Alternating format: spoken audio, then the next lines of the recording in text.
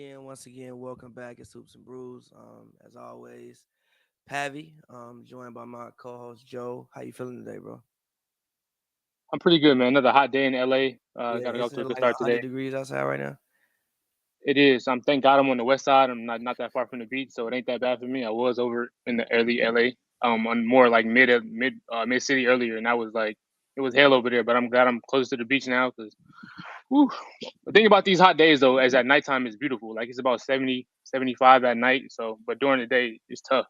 Yeah, see, I haven't stepped outside yet today, so I actually don't know how hot it is. But after it is, got some stuff I want to run around and do. Uh-huh. But yeah, so like I said, man, like I said last episode, I wanted to start getting into our division breakdowns as we get closer and closer to the actual NBA season starting.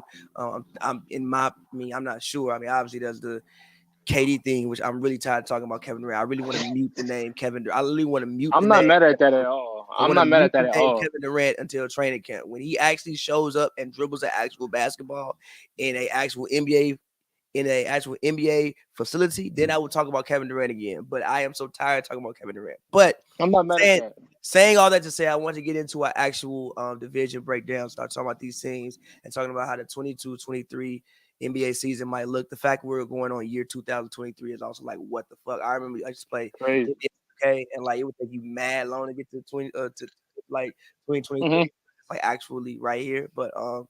first thing I want to start with is the Boston Celtics. Obviously, they were the runner-up last season. They made it to the finals. I think we all think they probably came back a little bit stronger. Looking at their roster, obviously they added Malcolm Brogdon via trade. They also added Gallinari, and yeah, they added Gallinari and they added Robert Williams. They didn't really lose anybody out of their rotation, if I'm not mistaken.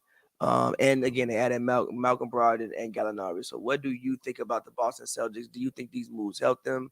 What are your fears about the Celtics? Yeah, I think the moves definitely helped them. We've talked about this on the podcast before, but yeah, what they did kind of like is exactly kind of what they needed. We all pretty much agreed that they needed somebody else to take the ball handling duties away from Jaylen Brown and Jason Tatum, and kind of push them more into their spots and kind of get them the ball instead of them kind of initiating offense for themselves. They kind of did exactly what you would need. They added another a veteran floor spacer in Danilo Gallinari. Brogdon was a great pickup. He's probably one of the top 15 to 20 guards in the league. Shoot the lights out, high IQ, a guy who can really initiate your offense and knock down a shot when you need him to, or even create his own shot. But they did exactly what you would think what you would need of them to do this offseason. Shout out to Brad Stevens in that front office for addressing that pretty much immediately. They didn't waste any time to acquire Brogdon. It was one of the first moves of the offseason, right? The yeah, Brogdon accusation was one of basically. the So shout out to them for immediately right after they found pretty much one of the first moves. They addressed what needed to be fixed. Now this pretty much only thing with them is I feel like the East is going to beef up a little bit more next year with a healthy Harden, healthy Chris Middleton, guys coming back. But they did their part as far as like to compete with these the monsters of the East who are all coming back healthy next year. I don't expect them to go back to the finals next year, but I wouldn't be 100% You shocked if they don't. do get back to the finals. I don't expect them to. I'm not going to say that I expect them to, but I wouldn't be shocked if they do get back. But I do not expect them to. They have the personnel to get there, and they have the star talent. Obviously, Jaylen Brown and Tatum are only trending up, only getting better from here. They had obviously a very kind of a lot of people would say, as you would say, maybe a disappointing finals, but it's only going up from here. Hey, Tatum, one person had one. Wasn't they? It wasn't they. It was him. One one man. person. I watched a full playoffs Here, like here we montage. go. No, listen, literally last night I watched a full playoff montage of like highlights. You know who only had one highlight the entire 20-minute thing? The finals. No, the whole playoffs. You know who had one highlight? Wait, nah, don't do that. Gee, no, literally, it's on the Quit playing. NBA's YouTube. Go on the, I'm dead ass it. Go on the NBA's YouTube. Look up the That's a best troll, moments G. of the 2022 playoffs. Jason Tatum had one highlight. That was that layup game winner. Man's had one That's it. highlight in a 20-minute. I'm dead ass serious. He had They didn't put one the three ball highlight. over in. They didn't put the three ball in Giannis' eye socket in Game Six No, when he he dropped had one. 46. They No, didn't he put had that one. no. No, he had one Come on, highlight in a entire 20-minute playoffs. compilation. Everything you saw in a Celtics jersey came from Marcus Smart or Jaylen Brown. Jason Tatum was nowhere to be found throughout the entire compilation. That's insane. He getting blackballed like young boy. He getting No, blackballed he out here. was That's not that crazy. good. He was not that good. But pretty much I kind of agree with everything that you said. I think that probably, I mean, Al Horford played incredible last playoffs. That's probably, I don't. That's you probably can't get that again. Like that was probably the last hurrah of Al Horford. So I do You like the think fact so? you He can't. probably going low managed for the majority of the year. But gee, he was shooting like 50% from three at one point, dog. Like I'm like we not like we like the man was pump faking and dunking on Giannis. We probably not getting that again, bro. Man, I'm they just said he saying was we probably watching not getting that. OKC. He was bad in Philadelphia. I ain't gonna write it off on him because I know they're not gonna run him into the ground in the regular season. They got plenty of bodies. They got plenty of bigs for that between Robert Williams and all the other No, guys they have. Al But Horford will I wouldn't write be Al Horford off, G, in the playoffs because they're Al not gonna. Horford is 36 years old. If they make it back to the finals, he will be 37 years old next year. We have probably seen that was probably the last hurrah of Al Horford. But I want to say that that's okay because I love what they have done to their roster. Like I love the pickup of Malcolm Brogdon. I think it slides everybody into their correct positions. I don't think Marcus Smart, like even Marcus Smart, I think Marcus Smart had too many ball handling responsibilities last year. You know, I think Marcus Smart as your actual point guard, that probably isn't what you want to do. I think Marcus Smart is like another ball handler. Well, you're off ball handler per se, like some guys who can run some offense. I feel You you, know, but kind of Marcus Smart yeah, is he's a very unique player to say the least. yeah, He's capable of yeah. doing a lot of things. He's capable, but I don't want him like I want to use him like a Patrick Beverly when it comes to running like a offense. You wouldn't let Patrick Beverly just run a I full don't offense. know. He's a little better than Patrick Beverly offensively. He's a little better. He Yes, can but distribute a lot better. He can kind of get yes, his shot on. He gets to the rim. Marcus Smart can get to the rim when he no, wants no, to. no, He's no, no, not. no, no, no, no. No, no, no. Smart is a guy who, like, if he scores 20 points, I'm not shocked. It's just I feel like Boston leaned on him too many times to score the ball and to facilitate last year when I don't think that's what he does best. Not that he can't do it. That's just not what he does best. So I like picking up Malcolm Brogdon, having a guy who, he's had a 50, Yeah, 40, 90 season before. definitely. He's always averages about 7 to 8 assists. He's been pretty much the main ball handler for most of the teams he was on, outside of when he was with the Bucks and they would let Giannis do what Giannis did. But he's pretty much the main ball handler for most of the teams that he's been on when he's been on the court. It's the only thing about Malcolm Brogdon is health. Recently Malcolm Brogdon hasn't been the healthiest person. But you would think That's maybe true. he has That's less. true. But you would think maybe he has less on him now, having Jaylen Brown, having Marcus Smart, having Tatum, and like I said, I think it slides everybody up in the lineup. It allows Horford to go to the bench, and then when you look at their bench, adding up Danilo, I think it's huge. I think one thing you saw in the finals was that they had like no bench scoring. Like you would look at the box score, and everything would come from the first 5 people that played. The Who bench were would the have like starters? Who were the starters? It was Marcus Smart, Tatum Marcus, Brown, Tatum, Robert Brown, Williams, Robert Williams, and Horford. Horford. Grant Williams would come off the bench sometimes. He was streaky. He definitely Yeah, was streaky, but he produced yeah, sometimes off the bench. yeah. But then you got to the finals. Peyton Pritchard didn't do anything anymore. Grant Williams didn't do anything anymore. Derek White forgot how to shoot. So I He think had that one good game. Yeah, game one he went yeah, crazy. Then after that, he just he just kind of forgot how to disappeared. shoot. He Like, was going. Draymond talked about how frustrated he was with Derek White after that. Was hilarious. I remember watching Draymond's podcast. Like he was talking about how he was closing out on Derek White and he was just making everything. It was yeah, and crazy. then he came back down to earth. But I think I think adding the needle to that bench, and also I'm assuming this is what's going to happen. Sliding Horford to the bench as well. And again, I think that put Tatum in his natural position, which is a 4. I think it put Brown in his natural position, which is a 3. I think and Smart and Broad In the Bass and Fire backcourt. yeah, in your backcourt. And again, you Love have that Horford backcourt. and you have Danilo. I'm pretty sure if you have Horford and Danilo, you're not gonna go games where your bench is scoring like 10, 12 points. Danilo is a guy, obviously it's not 10 years ago, but Danilo was a guy who's averaged about 20 points in the league. So I'm assuming adding Horford and Danilo to your bench, boisters your bench along with what you already have. So again, I like what Boston has done. And I don't see why they can't get back to the finals. To me, I think it's a failure if they don't get back to the finals.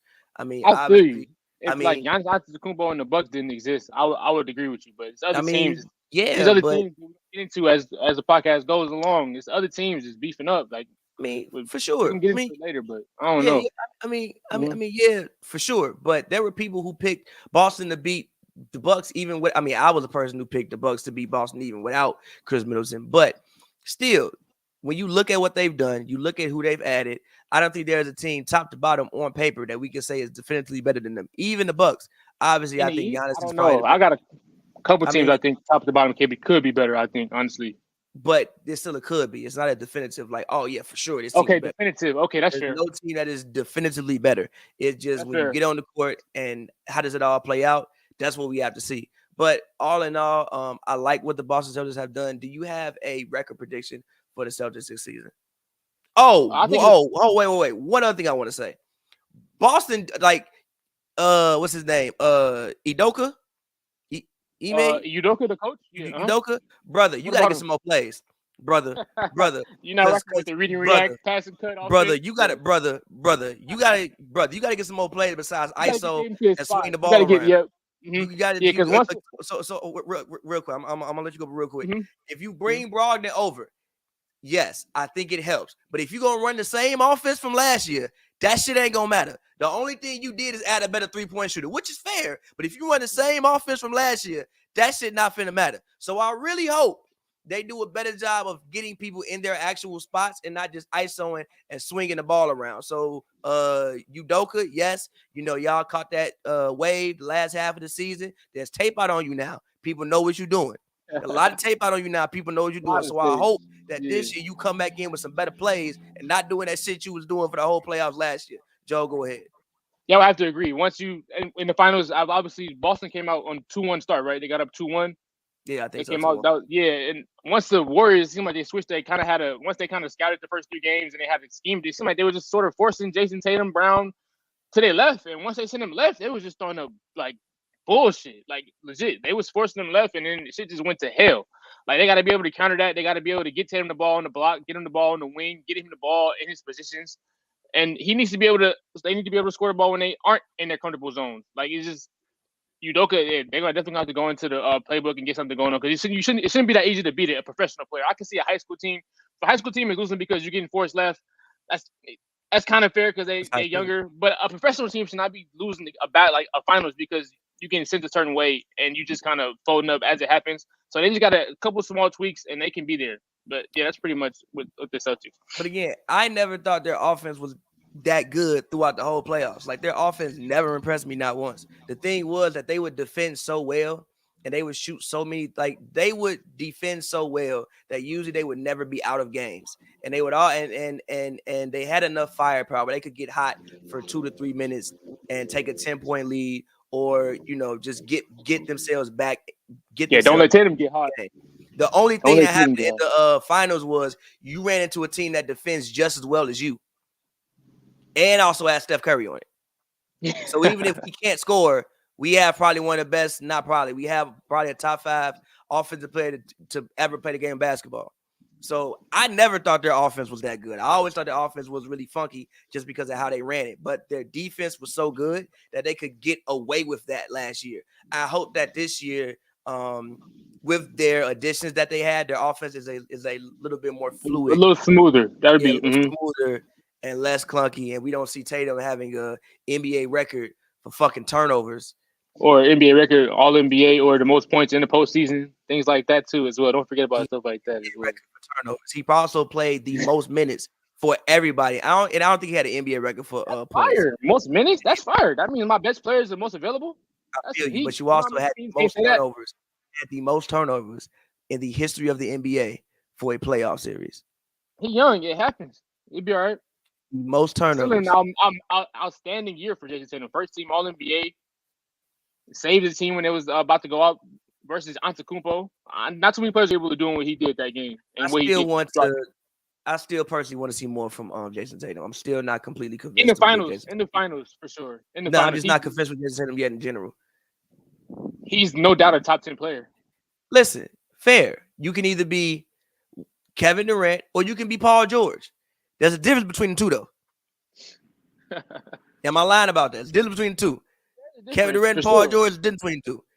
There's a difference, most definitely. Difference between two. So that's Paul George get to the finals though, like how Tatum did last year. I ain't seen that. Paul George be on a team that damn good either.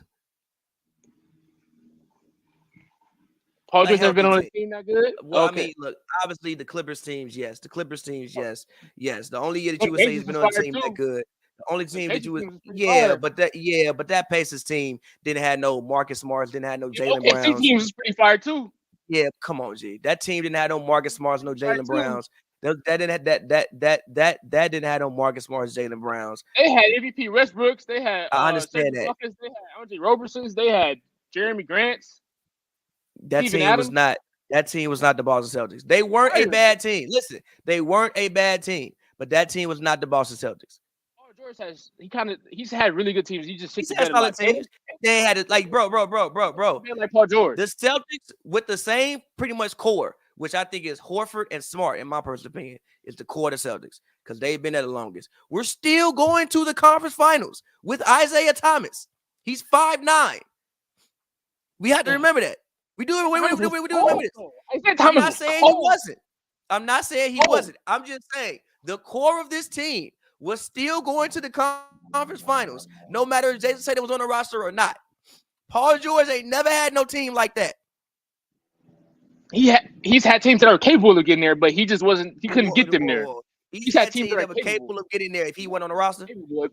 If he went on the roster. I'm talking about Paul George specifically. He's had teams like that. Listen to what I just said. I said the Boston Celtics, before Tatum was even a thought process, with the same core, which in my personal opinion, the core of the Celtics is Al Horford and Marcus Smart. Those guys like the heart and soul core of that team. Everybody else, I don't want to say is replaceable, but they placed those pieces around those guys, in my opinion, because they were still going to the conference finals with guys like Isaiah Thomas lead the team. You can't say that like Isaiah Thomas was some sort of slouch or some shit. I'm not saying that. Well, I'm not saying that. Who do you think is a better basketball player, Isaiah Thomas or Tatum? Tatum. Jaylen Brown, Isaiah Thomas.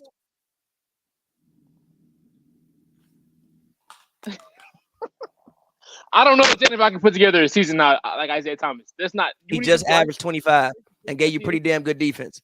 Isaiah Thomas was averaging 30 and giving you 50 in playoff games. He was going head to head with John Wall, making John Wall look like he ain't that great. It was dope. It was very dope. I don't know if I'm giving you that, G. It was great. Give me Jaylen Brown. Jaylen Brown would never never have Isaiah Thomas though. That's no. Look, shout out Isaiah Thomas. Like Isaiah Thomas. Listen, shout out Isaiah Thomas. That shit was incredible. It was dope. Give me Jaylen Brown. Pulling off what Isaiah Thomas put off his best year of his career. He's not Isaiah Thomas can't play the level of defense Jaylen Brown. And, he give him that. Can't do all the things that on the floor that Jaylen Brown could do. Yes, he scored the ball better that season. He did score the ball better that season. And if you look at percentages, did he really score the ball better that season? Yes, he was the best fourth quarter scorer. I'm pretty sure it was him and Westbrook was neck and neck for top fourth quarter scorer that year. He always got them bucket when they needed it. They had the perfect fit to get him what he. IT was not a chucker. IT wasn't. I'm pretty sure he wasn't. I'm pretty sure he had elite percentages. Jaylen Brown will never have a season like how IT did that year. I don't know if I'm taking Jaylen Brown any year of his career over what Isaiah Thomas. Why you taking Tatum over that year? What you mean? Why am I taking Tatum? He shot 40. He shot 40. He shot 46%, which is actually incredible for somebody his size. 30 points, right? 46%. It was basically it was 20. Yeah. It was 28. He shot 46%, 37% from three. Season, like I'll never forget that. He was a high pick in fantasy that year, and he was just killing. Yes, but again, what I'm saying is, I don't want to say he was a system player, but I do think that it was like because I'm not saying he wasn't good, because obviously he averaged 19 in Phoenix, he averaged 20 with the Kings, but again, those weren't situations where you could also win basketball games in. What I'm saying is this: the Celtics had the core, like I said one more time, in my opinion, was Horford and Marcus Smart, because this team was still going to the conference finals before Tatum was even a thing. So that's why I'm just saying, like, I'm just still not convinced with Jason Tatum yet. Yes, I do think he's a top 10 player for sure. But again, there is a difference between being him and you you dope. Again, PG is a Hall of Famer. He's going to the Hall of Fame. When you get to the Hall of Fame, it's different levels of that Hall of Fame. And people talk about the man like he Kobe Bryant. I'm sorry, I don't see that yet.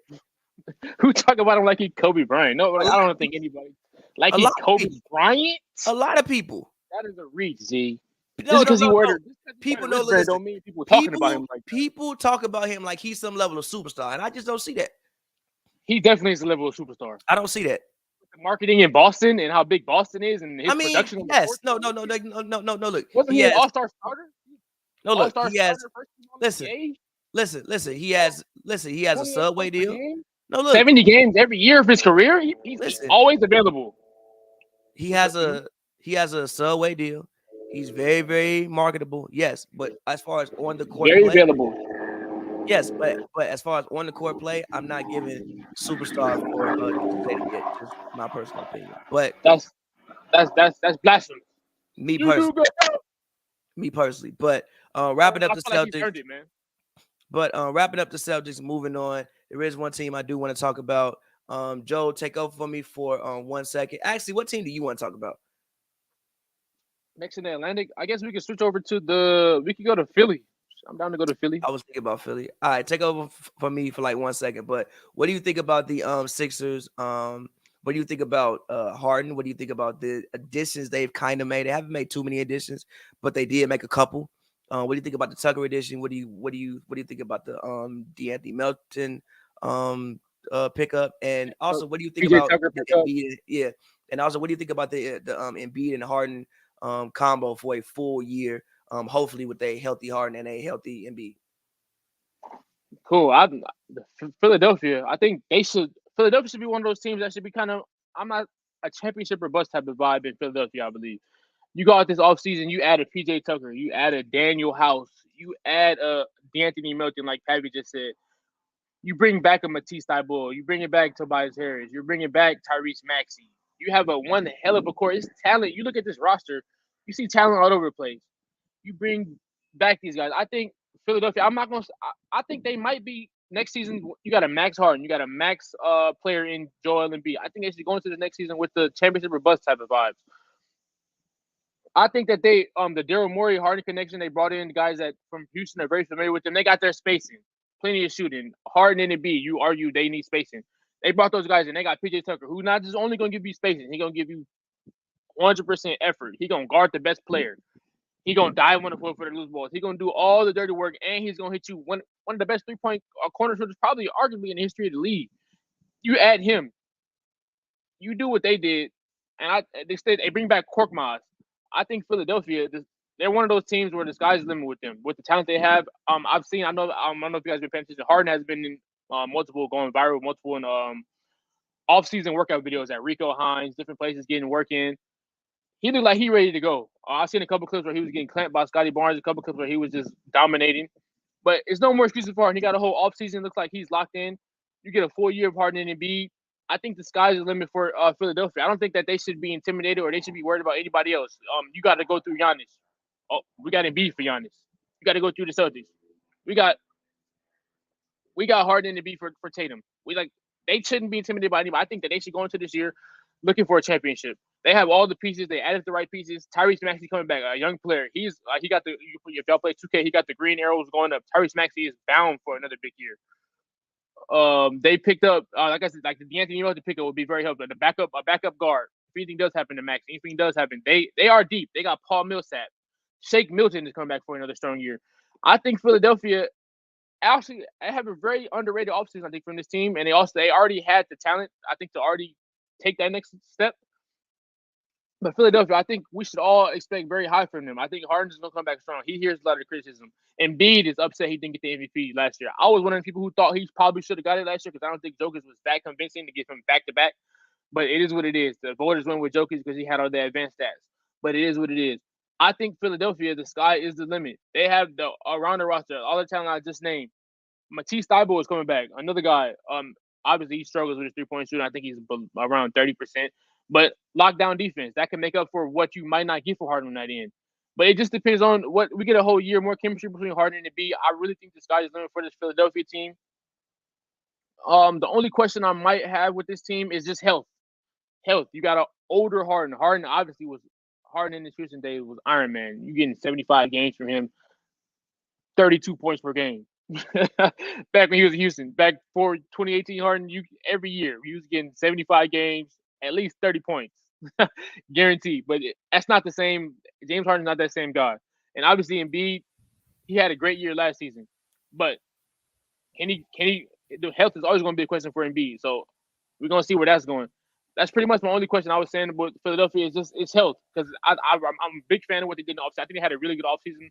Just like I was talking about Boston, they added PJ Tucker.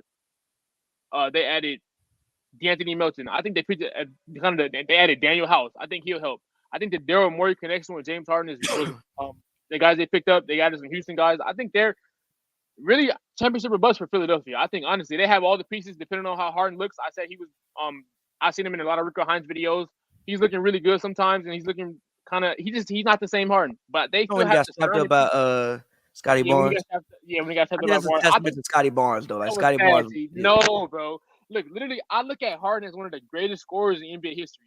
If a young nigga claps in your face, you got to be able to get a bucket in that situation. You cannot shoot the ball off the fucking backboard like how Harden did. I feel like if a young nigga, a second-year player, even though Scotty Barnes is cold, I'm going to get into the Raptors in a bit. I'm going to praise him. But Scotty Barnes is cold. But, G, if you're one of the greatest scorers in NBA history like how James Harden obviously is, you got to be able to get a bucket in that situation. And defense. him not being able to get a bucket in that situation, it kind of says a lot about where Harden is at this point.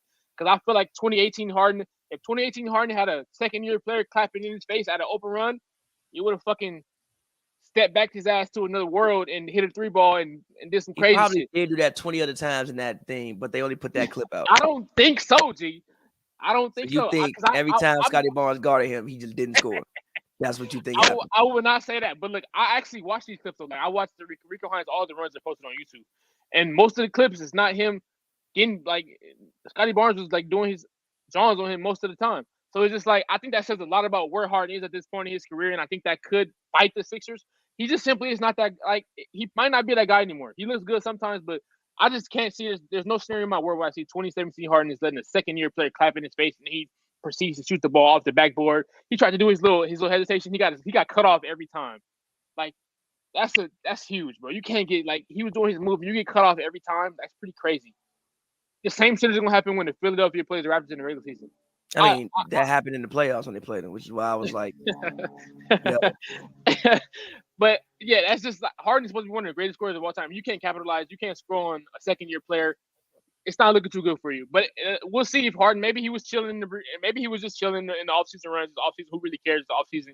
But we'll see. He has he's supposed to be coming back stronger off his. He's had a full year to rehab. I know it's been a lot of his excuses coming off a hamstring injury. He had a full year to rehab. We'll see how he looks next year. It'll really rely on James Harden. I think it depends also how good Tyrese Maxey, obviously a young player. It depends on, like I said, he got the green arrows going up. Another big year for Tyrese Maxey is expected this year. If he can maybe take some slack off Harden when Harden can't get by a Scotty Barnes or Harden can't get by a who else are they playing against us? If Harden can't get by Marcus Smart, he can't get by a Tatum. We'll see if Tyrese Maxey can kind of maybe take over some of that load for him because that's going to be necessary. Because if he isn't that guy anymore, that's going to be huge for Philly. But it's going to be depending on if their core can kind of step up and help that. But I think Philly has all the goods. Like that PJ Tucker pickup was huge. Didn't they give him like $10 million a year or $9 million a year? So something I think like that. $10 million for 3 years, something like that. Yeah, that was a great pickup though. PJ Tucker's gonna come in one of the greatest 3-point corner shooters in probably the history of the game. He's gonna die for every loose ball. He's gonna guard the best player, regardless of whether or not he gets cooked. He's gonna guard the best player, give you the best effort possible. And they got Matisse out there to also make up for any defensive lapses you could get from Harden or Maxey or Embiid. Sometimes because they workload on offense could be high. I think Philadelphia is legit. It's going to depend on what Harden is looking like. I really want to see what Harden is looking like coming to the next season because based on the offseason runs, it seems like he's not the same. I'm just like you. I know you are a huge fan of 2018 Rockets Harden. Let's see what he can do moving into the next season. I'm very curious to see what he do. Teddy Harden back again. Got to Harden dude jumped off a cliff overnight. Teddy Harden, appreciate you. I think people focus too much on Harden when it comes to the Sixers. Like Harden's turning 33 in August. He's turning 33 years old in August. He's been in the league. He's a max player. He's been in. Actually, he didn't take a max. Now he didn't. Slightly under the max. Just saying. He didn't take a max. He didn't take a max. I'm gonna still hold him to that though. But he did not take a max contract. He did take a pay cut. He did. Listen, he did take a pay cut. But my thing with James Harden. But listen, my thing with James Harden is, yes, he's an elite scorer. He's also an elite playmaker. He's been about 10 assists for a half a decade. When I look at Harden, I think it's time for a different stage in Harden's career. I want Harden to lead the league in assists. I want him to lead the league in assists and give me 18 to 20 points on better shooting than 40% because that was fucking terrible.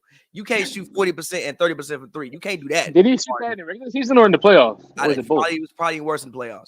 I want you to be about 45%, 46% from the field and give me about 35, 37% if possible, from 3. And you could be between 18 and 22 points. On this team, there's no need for him to be averaging 30. You're not in Houston anymore. Also, I think one of the things that come back to bite the Sixers is they paid Tobias Harris too much money to not get the best out of him. They never get the best out of Tobias Harris. And if they have enough to like, can they really get the best out of him though with all the other options you have? You have to. If it's not offensively, then it has to be defensively.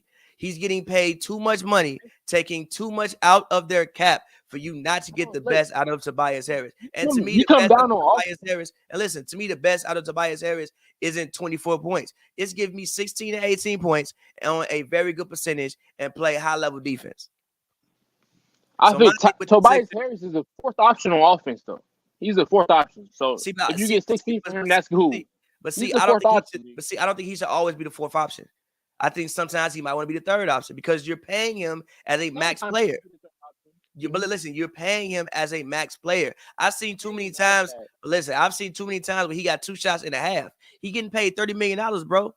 You taking up half of your cap for the man. You have to get the best out of the guys you are paying the most money to. And again, if it's not going to be offensively, then it has to be defensively. You got to be second team NBA all-level defense, at least somewhere around that level of defense. And then also, we got to look at Joel Embiid. Every year, something with Joel Embiid. Every damn year, something with Joel Embiid. Not last year. I mean, he broke his face.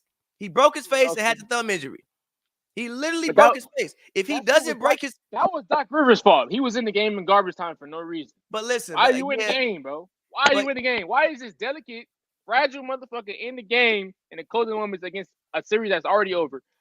That's a coach. That's on the coach. Smacked in his face, broke his face. Every year, something happened with Joel Embiid. And also, I think Joel Embiid, too many times, he want to be Kyrie Irving. You big as hell. You big as hell. You are big as hell and you out here dribbling. Get on the block and destroy somebody. Joel Embiid, for his career, how many times has Joel Embiid shot over 50%? He be shooting them trailer threes, like you said, like he Dirk. Like he come off the transition. Joel Embiid has shot only over 50% one time in his career. That is inexcusable. Inexcusable. Inexcusable. On the fast break like he Dirk and shoot that 3-ball. Inexcusable. He has shot over 50% one point in time in his career. And also, let's be honest, Joel Embiid is 28 years old. I don't know how much longer Joel Embiid got. He might only have like 3-4 years left at this. Highly competitive years. How old is Embiid? 28, 27? 28. But with his injury history, I don't know about that. With his injury history, you also look at big guys. No, for real, like very big guys, 7'2", 200 and something. Like I've seen Joel Embiid in person. That's the biggest human being I've ever seen in my life. Walked right past me, a nice guy one time.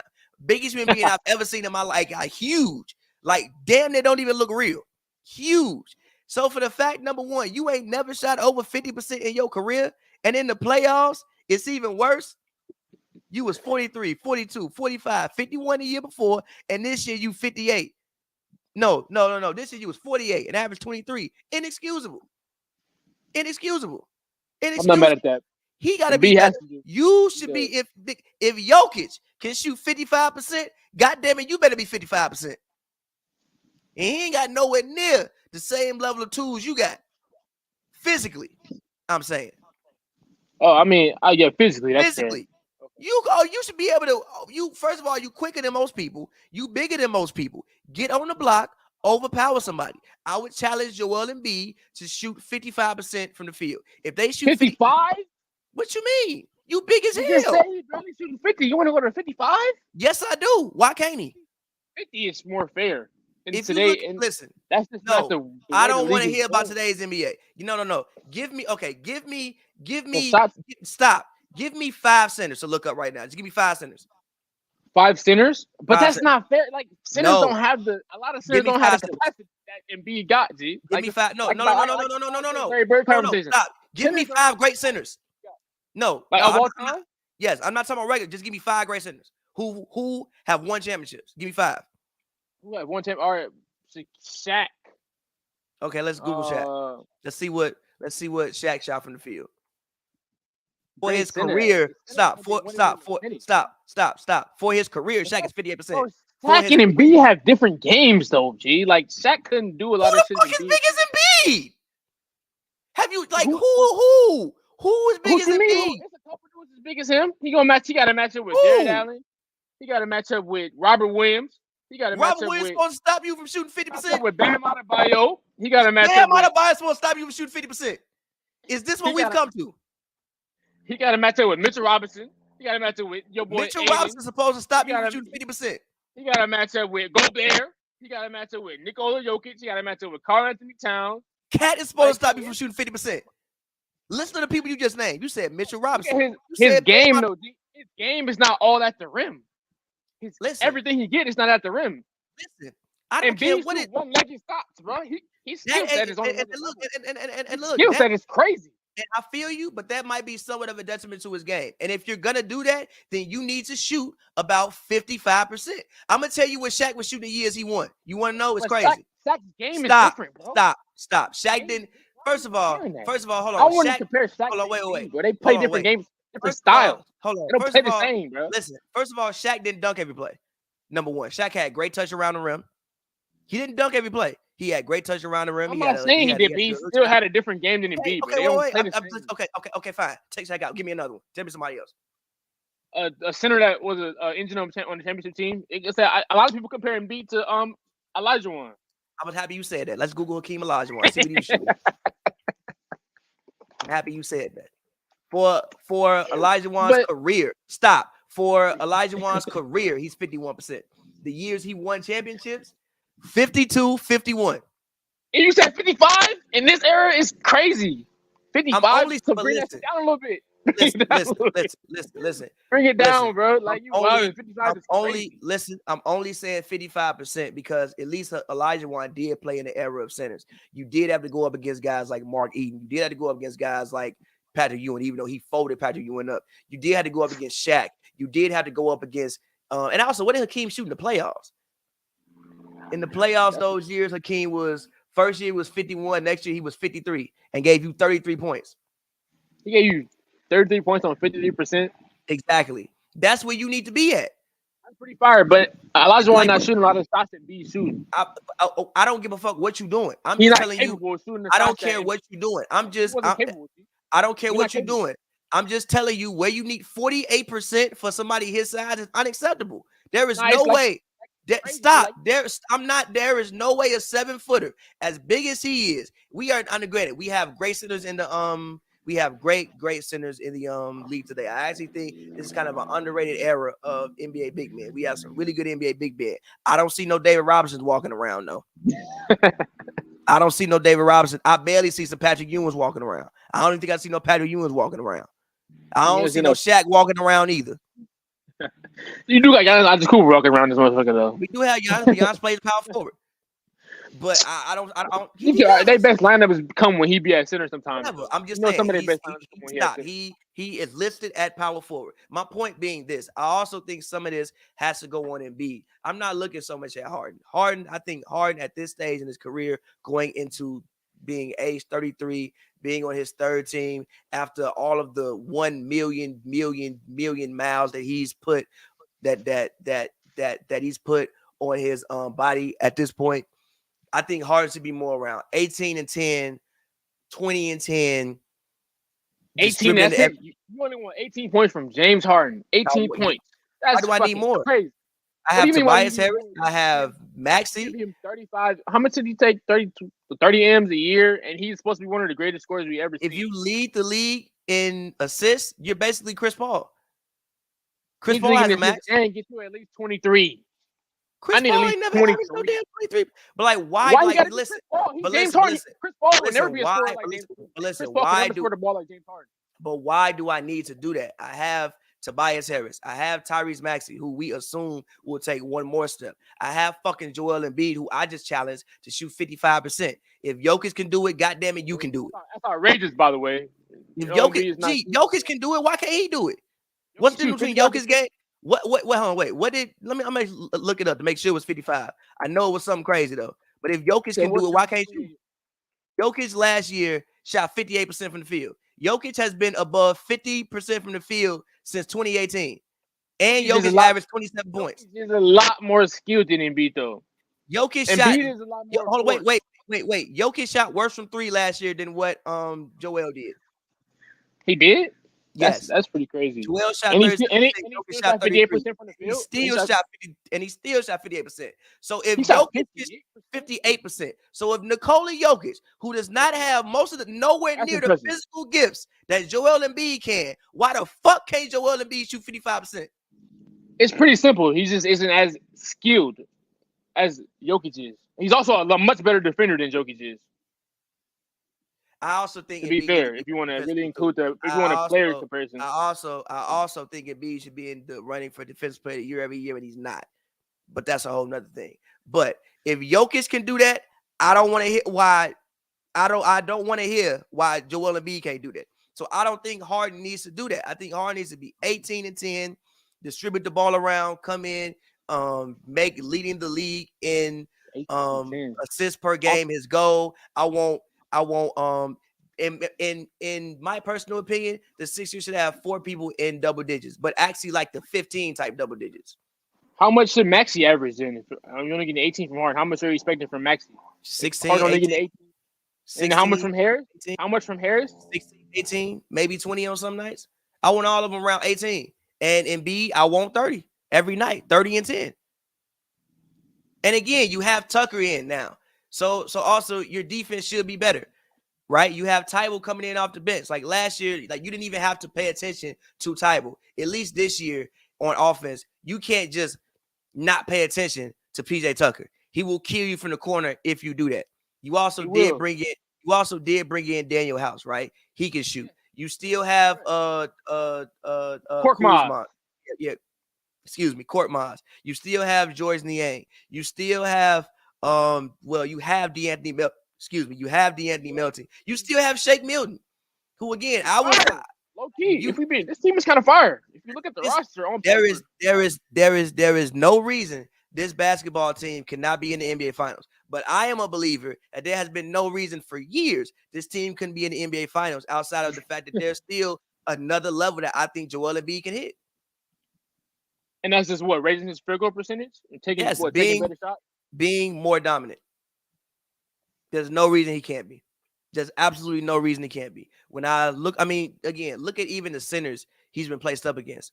On the Raptors, who was it? Was it You don't even know. You don't even know. I literally don't know who plays center for the for the. A lot coming from you, bro. You a DeAndre Ayton fan, so I'm not really trying to hear that from you. I think Ayton should be more dominant, but they don't give him the fucking ball. And Ayton shoot 58%. So what the fuck are we talking about? Shooting 58%, he shoot the ball what, fucking 8 times a game or something? 10 times. Also, I think Embiid and Harden hopefully can be one of the best pick and roll combos in the league. I don't know if they were last year because of the fact I don't know if they got enough time installed to really figure it out. But I didn't think that they should be one of the best pick and roll combos in the league. And I also think Harden should make Embiid's job easier and make it easier for him to shoot those percentages because he can hopefully get spoon-fed more baskets. Hopefully. I'll have to agree with that. This Philly team on paper, that's why I can't say I guarantee Boston to get back because it's some hitters. And they gotta play Philadelphia and Boston gotta see each other 4 times. That's must-see TV every time. This Philadelphia team on paper is fire. They have the spacing, they have the shooting, they have the defense. Like every hole you need, you would want on your roster, they feel it. Like it's no excuses, really. So I think they actually go into this year with championship or bust. Obviously, health is going to be a huge concern. Harden is not the Iron Man he used to be back in the day. Harden was giving you 75, 78 games a year with 30 points. He's not simply that guy anymore. And B, like you said, something with him every year. Hopefully, Maxey can be there. Harris will be there. But their main question is just health. They can stay healthy. It's championship or bust for this team. I think they did a great job in the offseason acquiring more shooting and acquiring PJ Tucker was probably one of the best moves of the entire postseason. The team It's true. It's one of the weaknesses though. They don't have a backup center. Yeah, I was just about to see. Yep, they don't have a backup center. That's fair. They probably gonna have to. They still have Paul Millsap. They want to go small, throw him at the 5, but that depending on the matchup, that could be nasty. Millsap not a we'll see. You said he not with them no more? Nah, you sure? I mean, he not. I mean, they have Bassie. They have also. I didn't think. Granted, obviously, but I didn't think Paul. But I didn't think Paul Reed at moments was terrible last year. Yeah, Paul Reed was definitely a fantasy pickup. I didn't think that Paul Reed at moments was they don't have a legitimate backup center, but I didn't think Paul Reed at moments was terrible. And we got special guest Cam checking in. Cam, what's up? Oh, What do you want to argue with us about? What do you want to argue with us about? You took the liberty to log on, so I know you heard something that you don't agree with. We are giving so just to let you know, we are doing a Atlantic Division breakdown. So we did the Celtics already, so now we are on the Sixers. So you logged in. What do you want to chime in about? You muted, Cam. Oh yeah, we can't hear you. Now, Joe, don't let this guy do this to you. I heard you with the comeback. I'm with you, Joel. And B averaging 55. Come on, man. Yeah, that's crazy. Jokic averaged 58%. Is he Jokic? Hell no. I don't know. I don't know. You don't know. I don't know. Wait, hold on. Wait. So are we saying that Jokic is the best center in the league? Jokic is he's a 2-time MVP. He's clearly better than Embiid. Clearly better than Embiid. Okay, that's fine. Well, look. It goes back to what I'm saying. Don't mean you better. Listen. Well, the MVP doesn't mean better, but it's he's been by the masses. He's been considered better. Then look, listen. It goes back to me saying this: Joel Embiid needs to take it up another notch. He does. Period. Yes, I certainly agree with that. Really? He needs to get more out of Harden. Get more out of Harden. Get more out of Maxey. Get more out of Harris. And B did all he could damn near last year. Joel, have you ever known Tobias Harris to be a defender? No, but you got to get the best out of him. No, other guys now. I'm speaking to Joel right now. I'm speaking to Joel right now. We're going to come back to Pappy World. We're going to come back to you, Joel. But have you ever known of Tobias Harris, the dude out of Tennessee, to be a defender? That's fair, but I never also heard of him as being a slouch. Like, I don't see teams like targeting Tobias Harris in their game plans. I don't see like, let's attack Tobias Harris. He's not a slouch. He has the size. He has the strength. I don't think he's weak. I think he has a high IQ. I think he's an NBA vet. He's probably made over $200 million in the NBA. I would assume. Yes, Tobias Harris is not no slouch. He's not no on defense. He's not a slouch on defense. He's not a Carmelo Anthony. He's not a Carmelo Anthony on defense. He's not 22 Carmelo Anthony on defense. He's not. Okay. He's not one of those. He's not Maxi Kleber on defense. He's not a Ryan Anderson. He's not a Davis Bertans on defense. He's not a Kevin Love on defense. He's not that. Can we agree on that? You're telling me everything he's not. You're telling me everything he's not. You're telling me everything he's not. But is he a defender? Is he a defender? And Pavi, shame on you for thinking he's going to be your number one defender on second team all defense. Shame on you, Pavi. No. Shame on you. Here is what I said. I didn't even say he was going to make the team. I can say he needs to give you all defense, second team level defense. It's because you're paying him so much money. You have to get the best out of him some way. Look at the people. Look at the people that I'm not mad at you. I'm not mad at you. You got to do something. Expecting that from him is one thing, but you haven't seen it in his You got PJ Tucker next to you. You got PJ Tucker next to you, who's probably gonna take the number one front court player anyway. That's his job. If it's a whole center, you know it's if you playing against a center, you know Embiid got him. That means you are left with the second best front court option. Motherfucker, if you can't shut that man down, you already ain't got to score 25. We paying you $35 million. Do something. Tatum down. He's not Tatum down. He's gonna be guarding Tucker. You're not gonna be guarding Tatum. Ain't he the four? I'm not. Yes, he needs to earn his money. Yes, he needs to work harder. I agree with you, but we haven't seen it in 10, 12 years, fellas. I've actually seen to put that on a man, and we haven't seen it. I can't say this. I watched him play games against DeMar DeRozan, and he played very, very solid defense on DeMar. That's why, because I've seen in a particular moments. Game. No, but look, I've in a seen particular moments. Game, DeMar was hollering at his girl the other night. But listen, you funny as hell. I've seen moments. Again, there you go.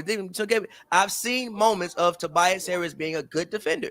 If you're not, you have to go out there paying him too much money for him to be a guy who doesn't give you $30 million level of production. I've seen too many games when he go out there and score 12 points. If you're going to score 12 points, goddamn it, you better play some great defense. If you're going to score 12 points, you better have done something. I feel you, but he just don't have that in his capacity. I feel you. That's just not his game. Like, if you only getting 12 points, that's what you're going to get. That's where. Like, that's more of a mistake on the front office than it is like just what you got to work with. It's more front office. So rounding Give this him out that before we go. You got time to give us one more team? Talk about one more team with us. Yeah. Go Rounding ahead. this out, Who what do got? you in like a short synopsis? What do you expect from the Philadelphia 76ers this season? Is it championship or bust? What do you think about the additions they've made? What's your opinion? Definitely championship or bust. But let's go. Let's go again. I don't think it's championship or bust. They're going to be a No? top 3 or 4 in the East. Championship or bust. I don't expect them to win a championship. I mean, they're They still should, behind though. Milwaukee. You don't need to expect that amongst each other. They're still behind Milwaukee. They're still behind Milwaukee. I mean, I don't think so. You expect from Embiid. You expect from I don't Embiid. think- You expect from Harden. You expect from Rivers. So should they be? Does people in Philly expect them to be championship or bust? Absolutely. The rest I'm of not the a Philly NBA, I and I think they're think still so. a competitive. Well, you're a Laker fan, so we know your Laker fan who distortion loves is a Jason little Tatum. off there. Confused. Are you telling me Embiid should look at Giannis like, oh yeah, he's a better player than me, so we should be able to beat them? No, Embiid should look at Giannis like, I'm No, coming I for didn't your say neck, that. That's not and at I'm all. going to prove to the world that I can beat you. And Embiid should be able to go at a player like Giannis He and should. Yes. Come on. Should he look at Giannis? All the players, everybody player in the NBA should look at everybody else and think they're better than him. Absolutely. But is he better than him realistically? No. Is Milwaukee a better team than Philadelphia? There's a scenario They won a in the world championship. where Dr. Strange whipped it up, where Embiid gets the best out of Giannis in the playoff series. It can happen. I'm just saying I wouldn't rule it out. Okay, you keep saying it can happen. You can't say it can happen. Embiid is pretty damn good. Harris can play defense, but has he in 13 years? No. So come on. Too many players can match up with Giannis and look at him like, oh shit, you my equal. I'm gonna go at. Not too many players can do that. Embiid is more than capable of getting the best out of Giannis. So he's more than capable. I didn't say he's not. I don't expect. When it comes down to it, I got the Bucks over the Sixers. Okay, I got the Bucks beating the Sixers. If it comes down to it, all things being equal, all things being healthy, I got the Bucks over the Sixers. And then Boston is going to be a competition as well. So I think it's 3 or 4 that they're going to be in the East. What is Toronto going to do? How's Miami going to rebuild? They're going to be 3 or 4 in the East, in my opinion. So they're top 4, so they're competitive. They can be in the Final Four, so they're competitive for the Eastern Conference crown. All right, moving on to this stupid ass organization. Somebody take this first. Brooklyn Nets season. Stupid ass organization. I'll take it. I'll take it. The Brooklyn Nets. So I'm assuming if we talk about them, we're going to make the assumption that they're going to bring Kevin Durant back. Ben Simmons is going to be healthy. We're going to bring Kyrie Irving back. We all agree that's the assumption we're going to make as a team on this podcast based on that. All right, and cool. we're going to get some minutes out of Simmons this season. Yeah, based on that, I feel that's a fair assessment. That's a fair assessment. Yeah. At one point last year, without Ben Simmons and without James Harden, they were the best team in the conference until arguably the best player in the world, Kevin Durant, went down with I forgot exactly what his injury was, but obviously he went down. They were the 1 seed. They were the 1 seed. They were ahead of everybody. They were ahead of Milwaukee. They were ahead of Boston. They were ahead of Philadelphia. Ahead of all of these top tier teams, top to bottom, who go. They were ahead of all these teams. Now you come into the next season fully healthy with a healthy Ben Simmons, a healthy Kyrie Irving, a healthy Joe Harris, a guy who they were missing the majority of the year last year, and it could be missing more into the next season. A healthy Seth Curry.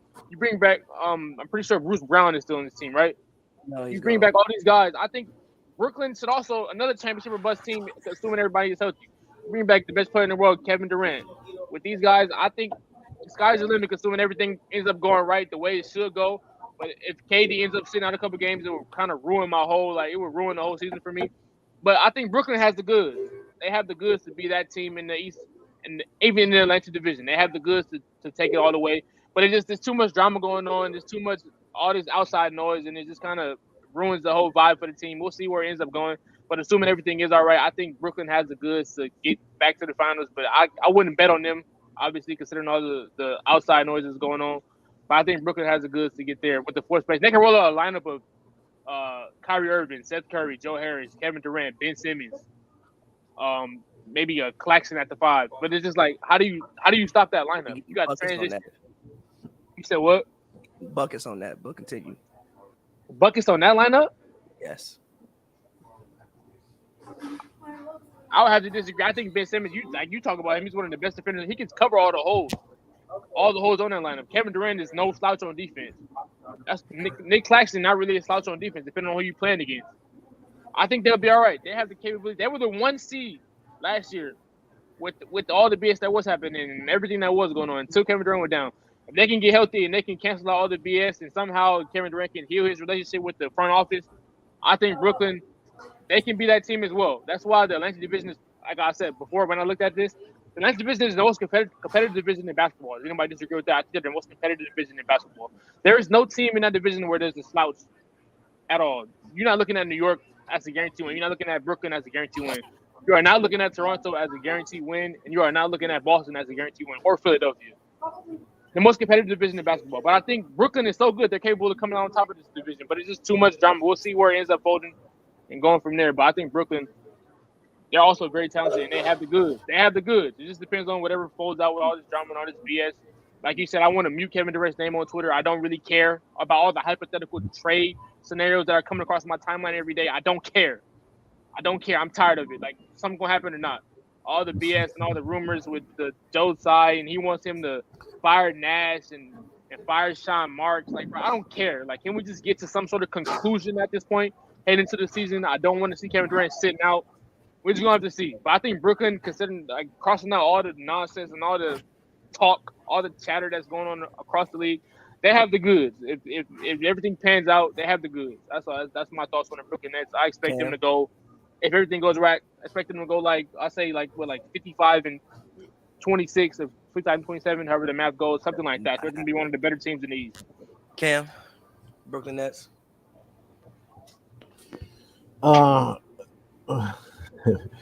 Joe is hysterical.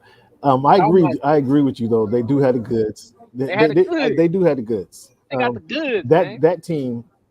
If we're assuming everybody's healthy and we're going to get minutes from Simmons, everybody's healthy and they're going to play, that team is championship or bust. It's championship or bust for that team. Period. In the question, without stories. It's been 3 years. We're in the third year of this flip flop, up and down. I mean, we're in the third year of this hodgepodge, this mix up. What do you want to call this? I mean, you can't even call it good food, this jambalaya. You can't even call it a good mix because they ain't been a good mix. I mean, you can't. I don't even know what you call it. They're not on the court. They're just not on the court. Well, whatever. I mean, I expect this team. You have expectations from this team. You have expectations from Kevin Durant to show that he's a number one player in the NBA, like everybody calls him. You have that expectation. You have the expectation from my lifetime. You have the expectation of Kyrie Irving to produce on the court when he plays. First of all, he produces when he plays, but you have the expectation of him to play.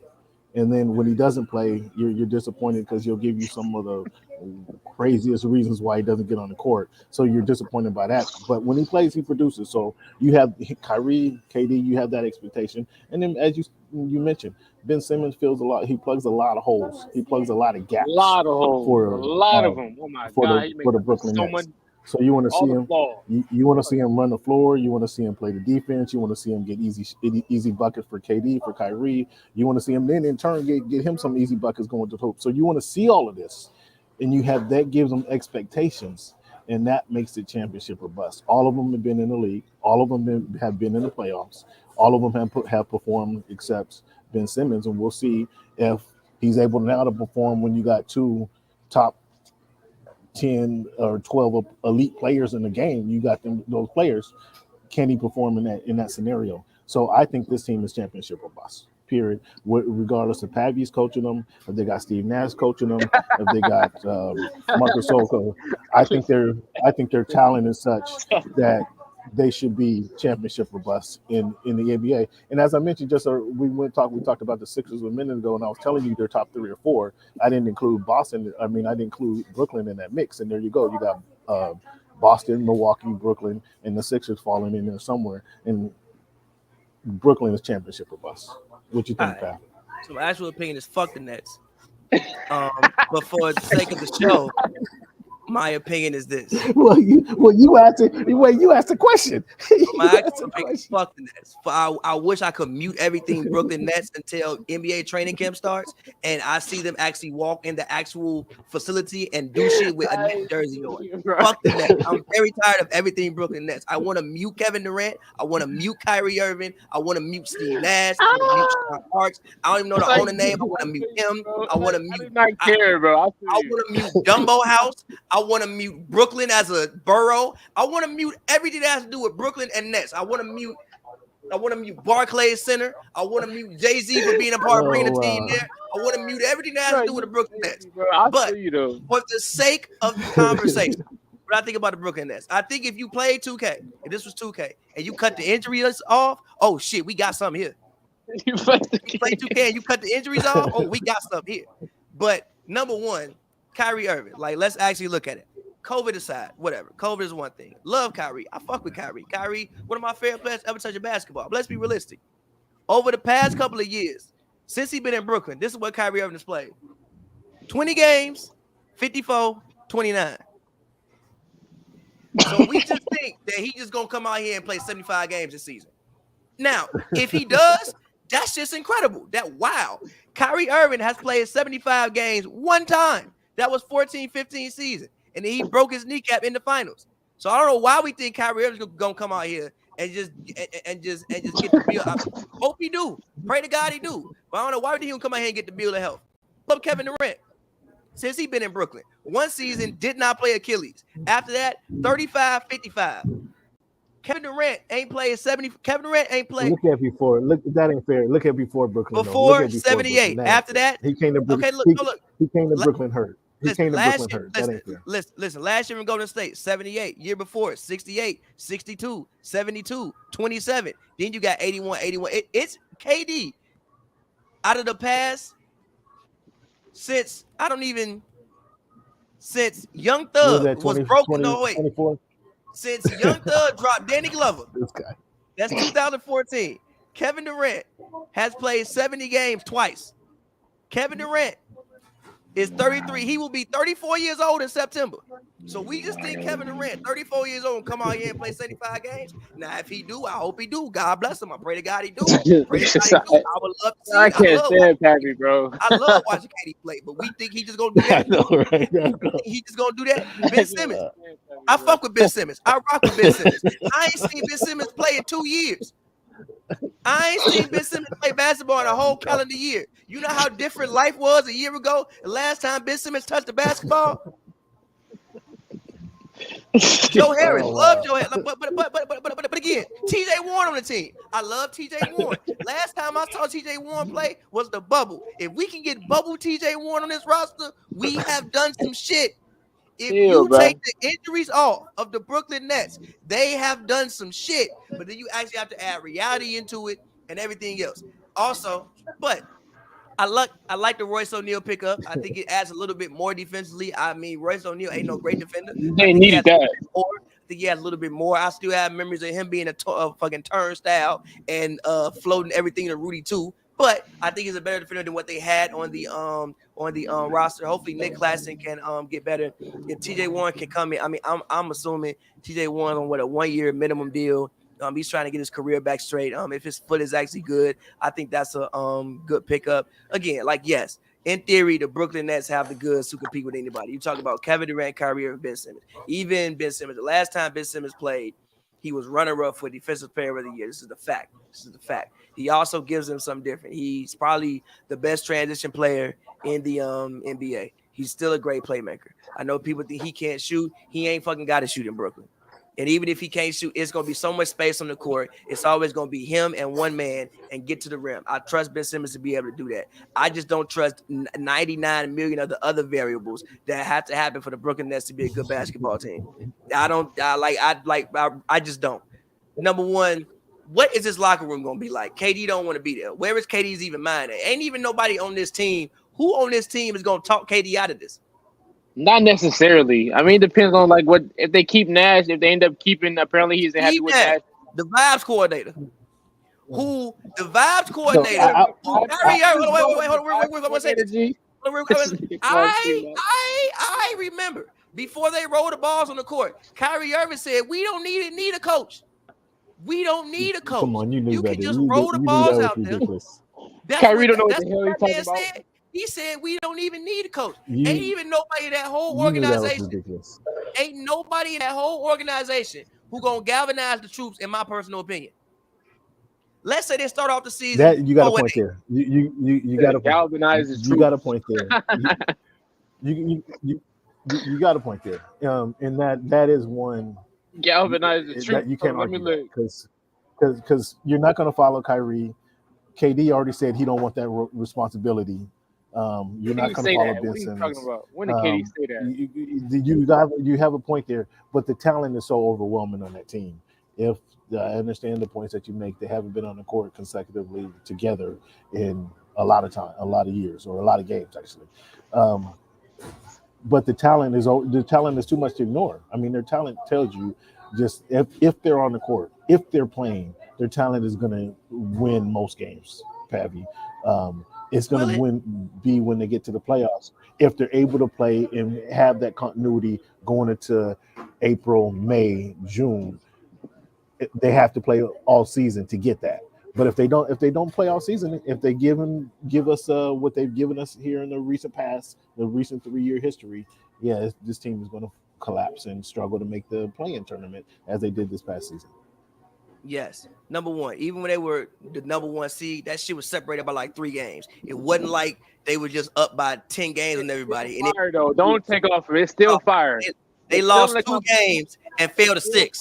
It wasn't like they lost 2 games and fell to 6. Fire.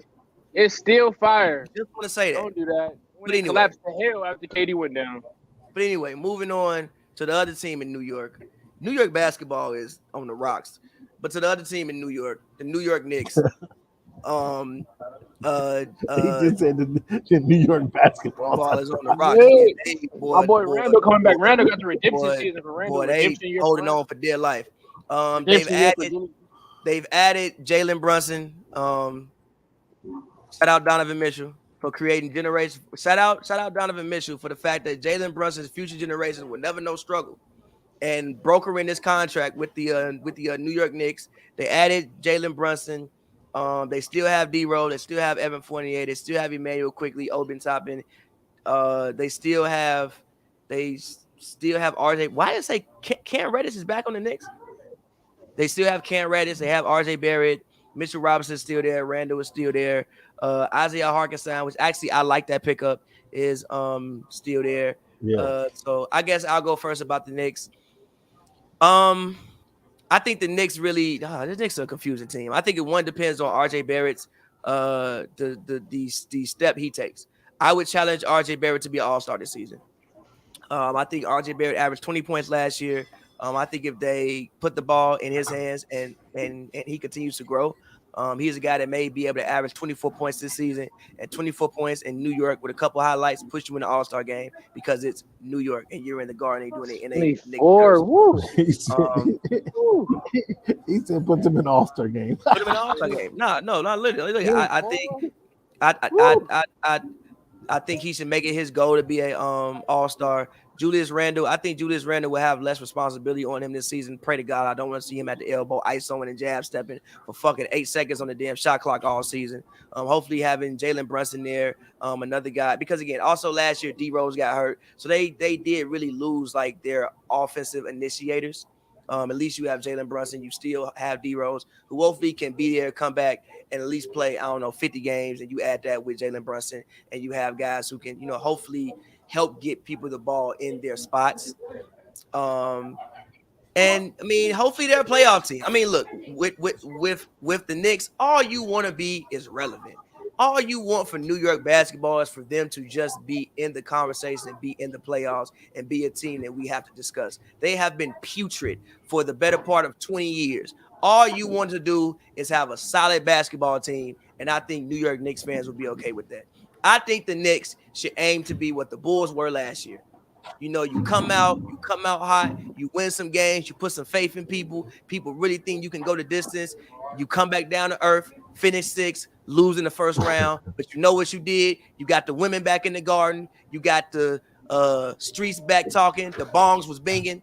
You know, you got the people back in the garden. The fuck Trey Young, Chance was back in the garden. It was lit.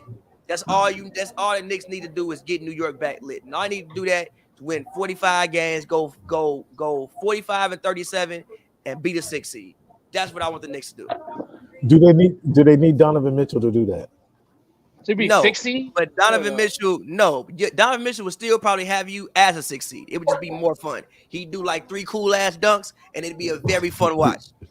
Be a very fun watch. So he'll be in the pro and he'll be in the All-Star game next season if he's on the Knicks. He would be in the All-Star game next season if he's on the Knicks. He might be a starter.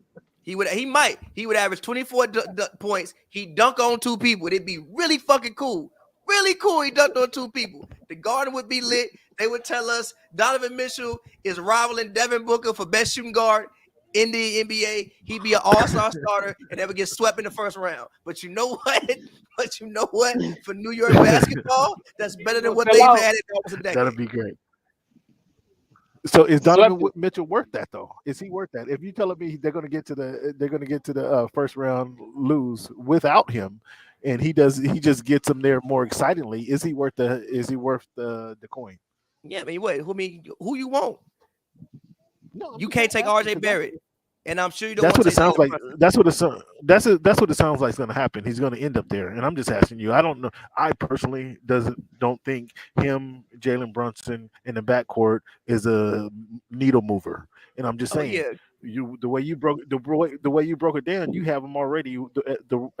They're currently constructed, getting to the first round of the playoffs. I don't think it's a needle mover, getting but to the do you playoffs. care? My thing with the Knicks is like the Knicks haven't had an actual star since Carmelo Anthony. I feel you. So it's like, I get your point. I get what you're saying. So, okay, my next question is: does Hartenstein replace Robinson as a starter, as a center for that team? Robinson is still there, though. Robinson is still there. I don't does think he take his time? him. Does he take that position? No, You I think don't so? think he. No, I don't think he replaces him. But Mitchell Robinson fouls so much that they'll probably end up playing the same amount of minutes. He also gets hurt a lot. Russ Robinson, you be getting hurt too. Richard Robinson also be. So he'll probably end up playing the same amount of minutes as Mitchell Robinson. So by default, he'll be but that'll be good for that team though. No, it will be. That'll be good for that squad though. That would be good for that squad if it breaks down that way. I don't know. I don't know. I'm not impressed by this Knicks team. RJ Barrett, I've been hearing for 3 years how he's supposed to be coming around. If he develops, step up last year. Good. He did step up last year. I mean, he had a better season than his first 2 seasons. He had a better year than the first 2 seasons. Is that stepping up? Is that being the difference maker? I'm not impressed. Cam Reddish, not impressed. Obi Toppin, he's been underwhelming. Emmanuel Quickly's been solid. Fournier is old. Rose is old. Randall, they keep wanting to take the ball out of Randall's hands. Joel, you mentioned it earlier. Don't have him do that. Pavi, you said you don't want to see him on the post. You don't want to see him at the elbow doing his thing. That's what he does.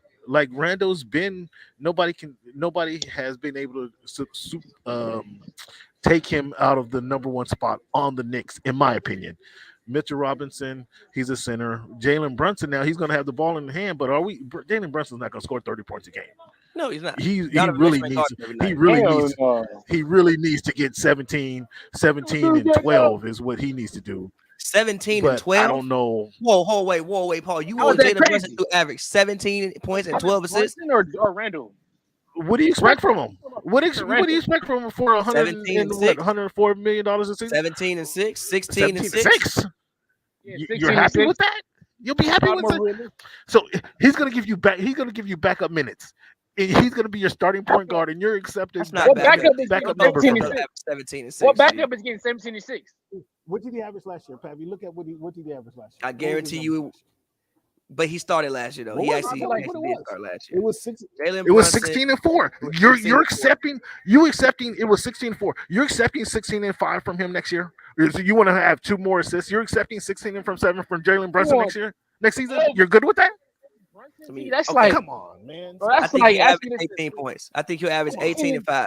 18 and 5. That's like actually to snow in LA tomorrow. If you getting 12 assists from Jalen Brunson, then it's gonna snow tomorrow. 12 assists is crazy from Jalen Brunson. You know how many Cam? I don't think you understand how many fucking assists 12 assists is, bro. 12 assists is crazy. Who Stop. else is going to have the ball in his hands? Who else is going to Stop. have the ball in their hands? What you RJ mean, Randall, RJ Randall. Unfortunately, D Rose will have it when he's quickly. there. Quickly will have it. 12 assists is crazy. Isaiah Harkins not even if they use him the same way the Clippers use him. Hell, dog. Like I bet my life on that one. If he's not averaging double-digit assists, he's not going to have double-digit assists. He's not getting that. He's not getting that. It was a waste. That's not his game. Picking up his game is not to go score 30 points a game either. He's going to have the ball in his hands. This is what you guys don't understand. You guys don't understand. He's going to have the ball in his hands. The ball is going to be in his hand most of the time. Nowadays, he's going to be the initiator. He's going to be the initiator, but that doesn't mean the ball is going to end up in his hands for every possession. They got weapons. 12 assists, G. I promise you, crazy. So what do you? So you guys are accepting 16.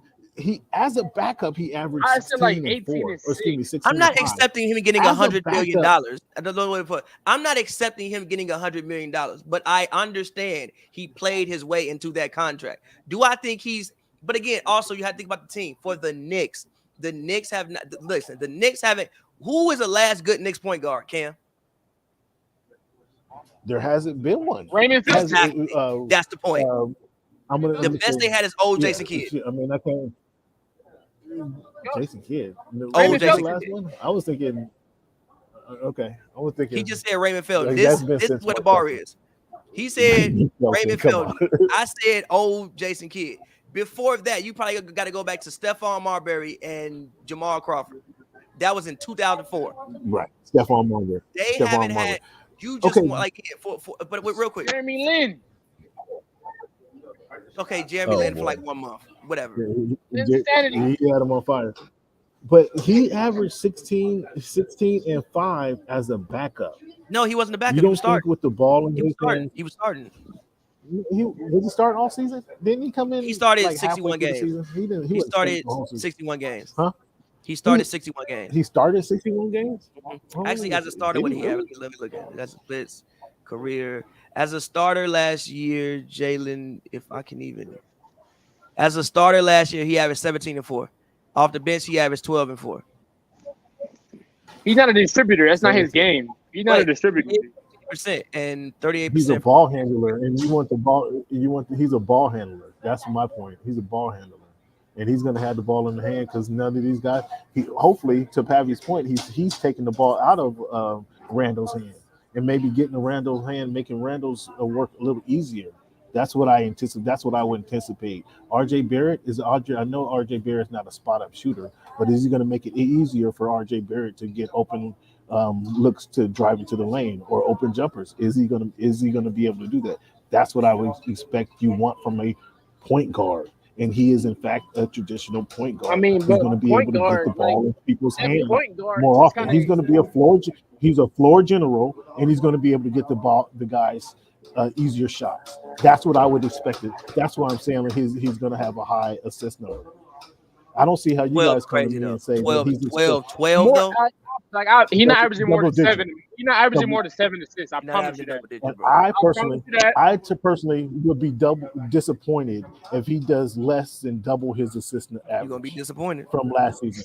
I would be disappointed if I was a Knicks fan. If I was paying him this money to bring in a traditional point guard into the team, and he doesn't double his assist. Why does it have to necessarily be?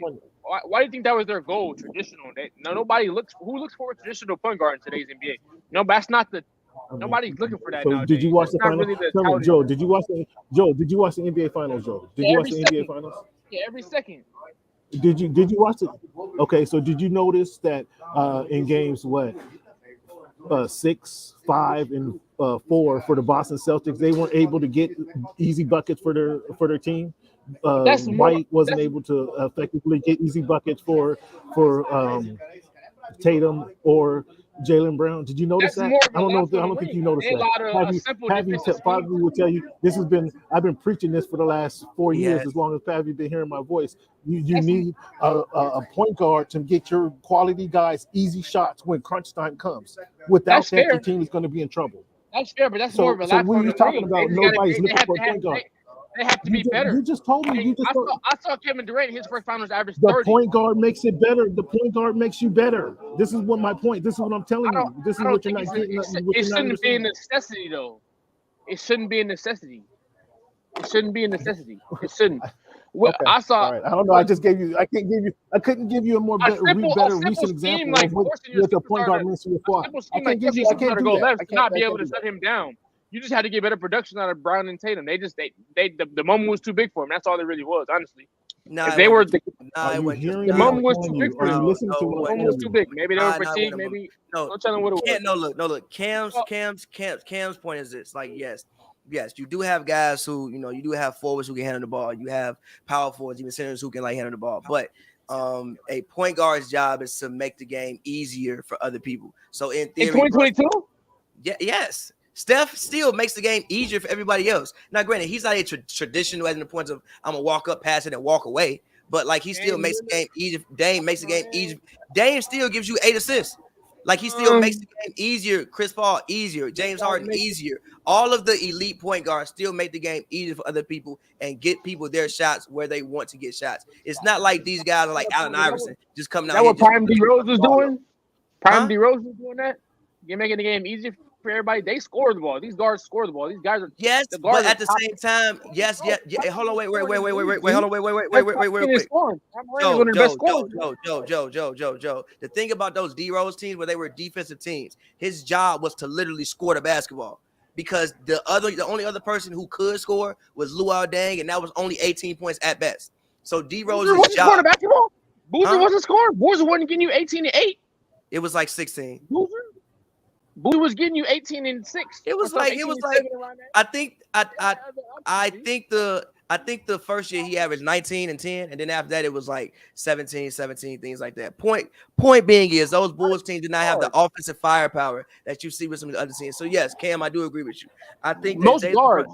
So look, Cam, I do agree with you. Hopefully, Jalen Brunson can make the game easier for certain other guys. But I also think what Jalen Brunson's main job is to score efficiently. I didn't know he shot 50% last season and 38% from three. I think if he can give you 18 points, give you 6 assists, but do it efficiently, because you have a guy like RJ Barrett who shot 40% last year. I don't know what Julius Randle shot, but I know it wasn't good last year. So he's probably the most efficient person on their basketball team. So if he can come in and give you 18 points, give you 6 assists, but do it efficiently and not turn the ball over, I think that would be a huge help to this New York Knicks basketball team. Joe, what do you say about the Knicks? The thing is, if you look at a lot of the elite guards in the league who are getting all this money, the goal obviously is probably more money for a lot of these players. Jamal Murray is score first. Shai Gilgeous-Alexander is a score first guard. Trae Young is a score first guard. A lot of these guys are score first guards, and how many of those guards win though? You're missing the point. A lot of this stuff looks good in the regular season. A lot of this stuff looks good in the regular season, Joel. I was looking forward to the playoff when games count. It has to do with team personnel. Nobody is looking for these guards. They bring in Jalen Brunson to maybe mimic what a De'Aaron Fox brings to the Kings. Maybe Jamal Murray's. He's a score first guard. A lot of these guys, Damian Lillard, he's a score first guard. A lot of the guards who get this money are score first guard in his era. They're score for Fred VanVleet is a score first guard. You didn't just say. Wait. Score first guard. I can go on and name guards who scored the ball first. Yeah, but these guys still set their teammates up though. John Morant is a score first guard. Joel, did you just say the Knicks want to mimik what De'Aaron Fox is doing with Sacramento? He's a score first guard. You didn't just say that. You didn't just say the Knicks want to mimic what De'Aaron Fox doing in Sacramento. You didn't just say that, did you? You didn't just say the Knicks want to mimic Sacramento. Did you? Something like that. They gave him all that money. What else? Similar to how the Kings gave him all that money, and De'Aaron Fox is not a pass first guard. We can't mimic. Y'all are falling in love with the pass first traditional point guard. Like no, it's not. No. They're getting paid or not pass first guards. You're missing the point. Guards are getting paid or not pass You're missing the point. You're missing the point. You are missing the whole point. You're missing the whole point.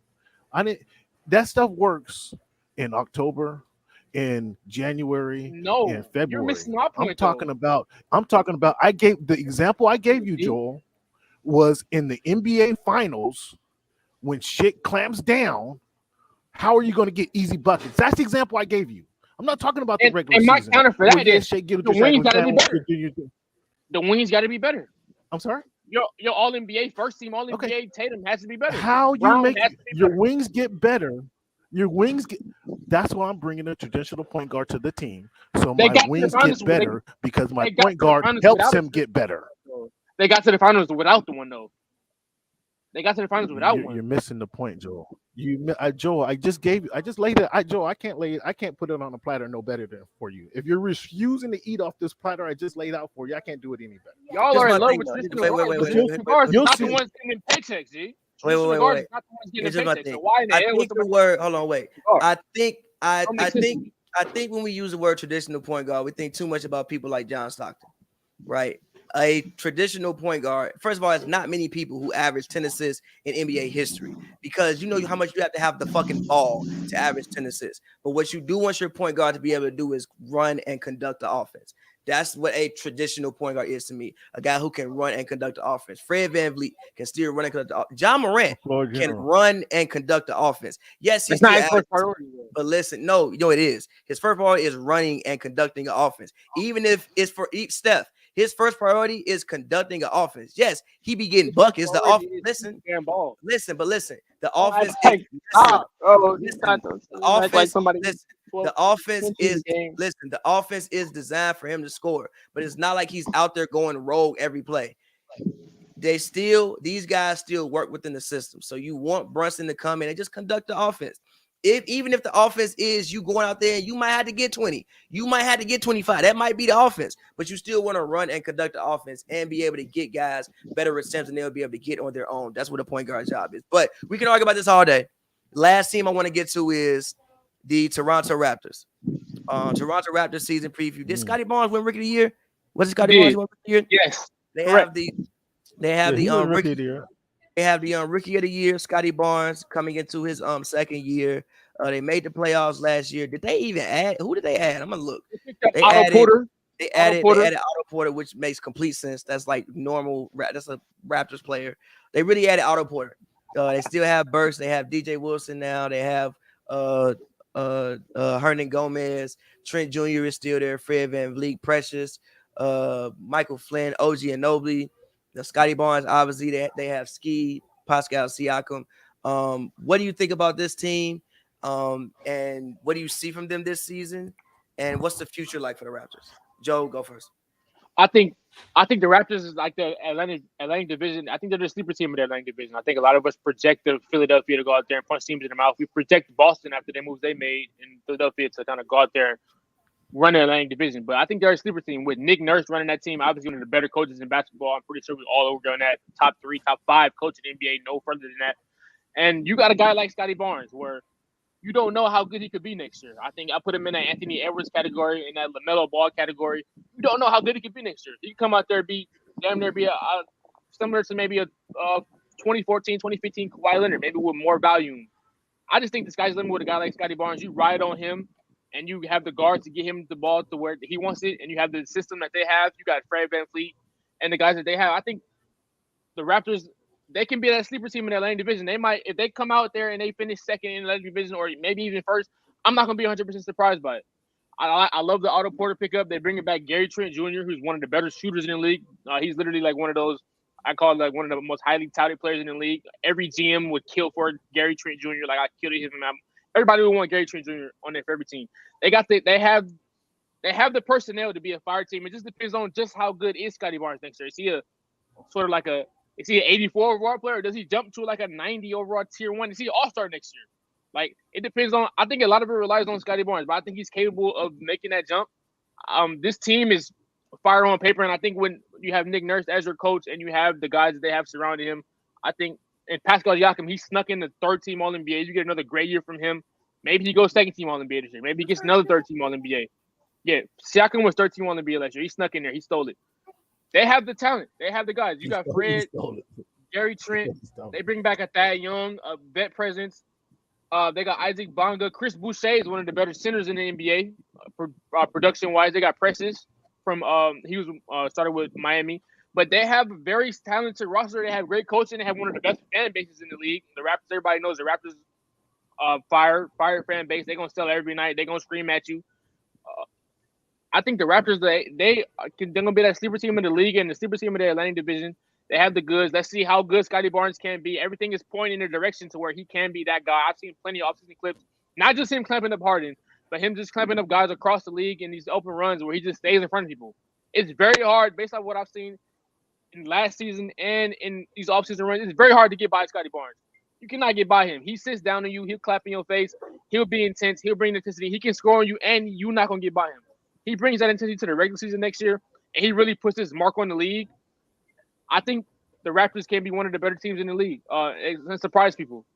Scotty Barnes is probably one of those once in a lifetime type player. I think he was a fourth pick last year. He was a top 5 pick.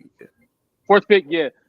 It's going to rely on him, but I think he has the good for it. The intensity, he has the emotion, the pride, all of the above. He can score. He can get a stop. It's going to depend on what Scotty Barnes brings to the table and what the supporting cast has already proven between Fred VanVleet, Gary Trent, Siakam, Boucher, Precious, Nick Nurse, the fan base. Nobody is going to go into Toronto next year and think, oh, we got a guarantee win. Nobody's going to look at this team like that. And they're going to be – one thing from Nick Nurse, his team is going to be well prepared every night. Out of every timeout, it's going to be execution. Out of every – no matter who's coming in, you're going to have a game plan. You're going to have a game plan for Giannis. You're going to have a game plan for Embiid. A game plan for Tatum, a game plan for all these hitters.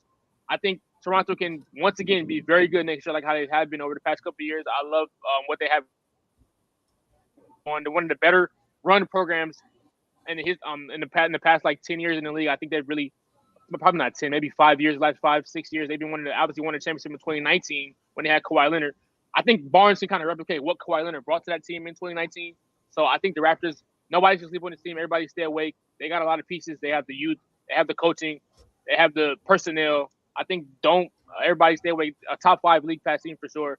They never a slouch. So yeah, I'm all in on the Raptors. I like what they did this offseason, and I like what they have going forward with the coaching and everything with Toronto basketball. That's my thoughts on the Raptors. I wouldn't say Scotty Barnes is Scotty Barnes is that guy. Kawhi Leonard. I wouldn't say he's a young Kawhi Leonard. I think he has a little ways to go. I think Kawhi won the championship at Scotty Barnes' age. I wouldn't say that because Scotty Barnes is good. Don't get me wrong. I like Scotty Barnes. I like everything he brings. I don't know that I put him in that category.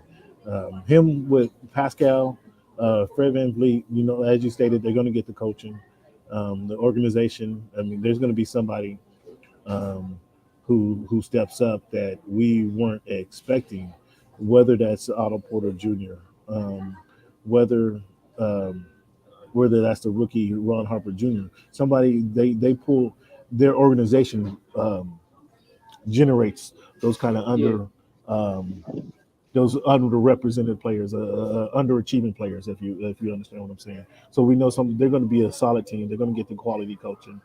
I'm not sure that they're going to get 50 games this season, though. We talked about how the other guys in the Eastern Conference, I think that they finished 5th last year. I think they're solidly They got 5th 48 this wins season, last year. 48 wins last year. I know, but I'm saying they got 48. I don't know if they're going to get 2 more wins because, again, we already talked about the strength of the East, how the East is top heavy, and they're solidly in that 5th spot. I think they're going to be right there where they were last year, and then that means they could upset that number 4 team, whoever that may be, because, again, as you pointed out, the organization, the strength of the organization, the continuity that they have consistently developed, churning out good basketball players, and they have a good competitive team. The good coaching. The organization is top notch, top to bottom. Yeah, one of the better. So with that, I think in the whole league. They're going to develop their players. It's hard to say that they're not going to win 2 more games, but I think we already talked about the strength of the division or the strength of the conference. So that puts them very solidly in that 5th spot. What'd you say, Pappy? I think the East in general has gotten better, so they might not win the same level of games. That doesn't mean they aren't a better basketball team. And also the thing about the Raptors is the past couple of years. Well, it's a question mark. Like they could win 52. Weirdly, they could win 47. I think it just like depends on the. Also, I want to see what happens with OG. I feel like his time may have been surpassed as far as in Toronto.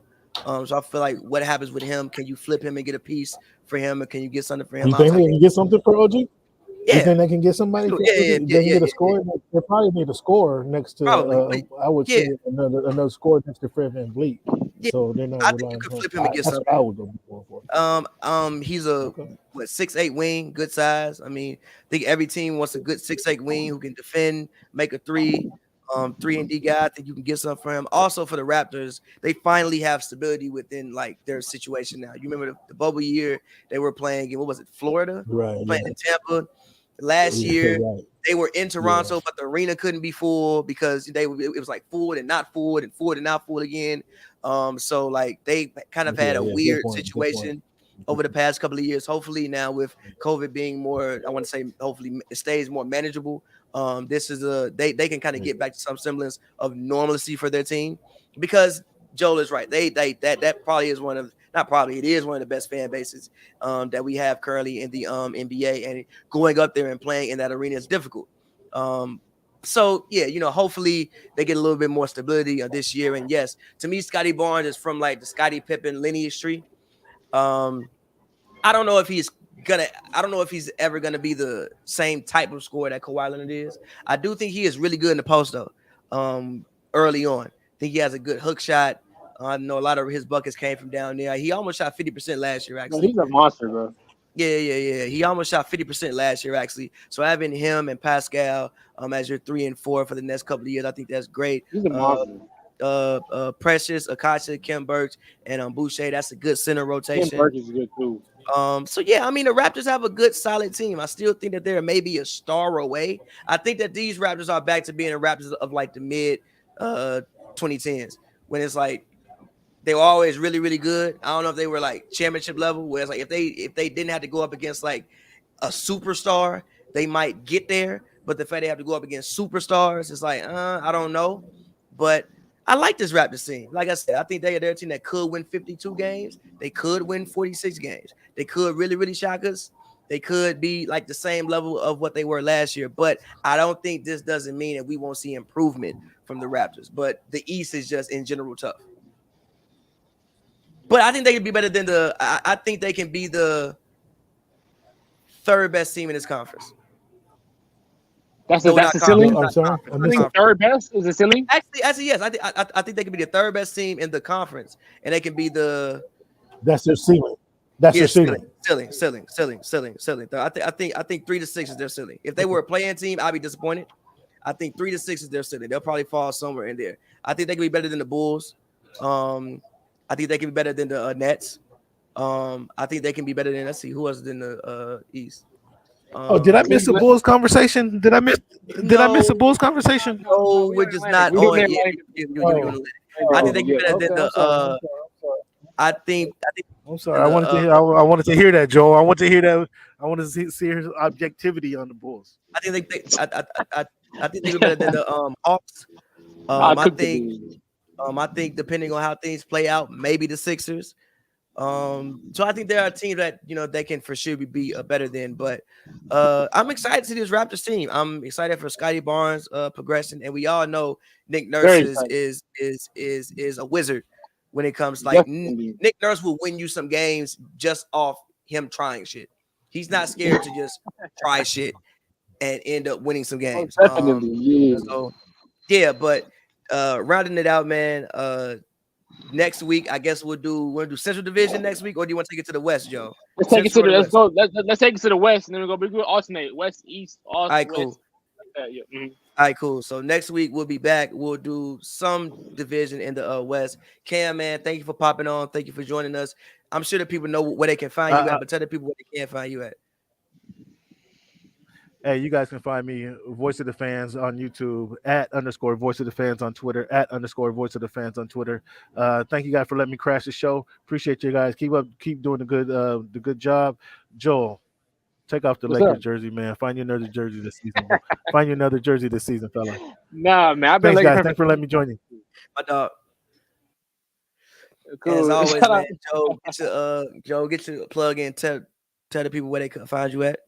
Man, shout out to Cam. I've been a Lakers fan for 25 years. Yeah, I'm 25 years old. I'm not taking it off. It's not going nowhere. Tatum is your favorite player. This is so nasty. He's not my favorite. He's one of my top 3, top 5 favorite players. Who's your favorite player?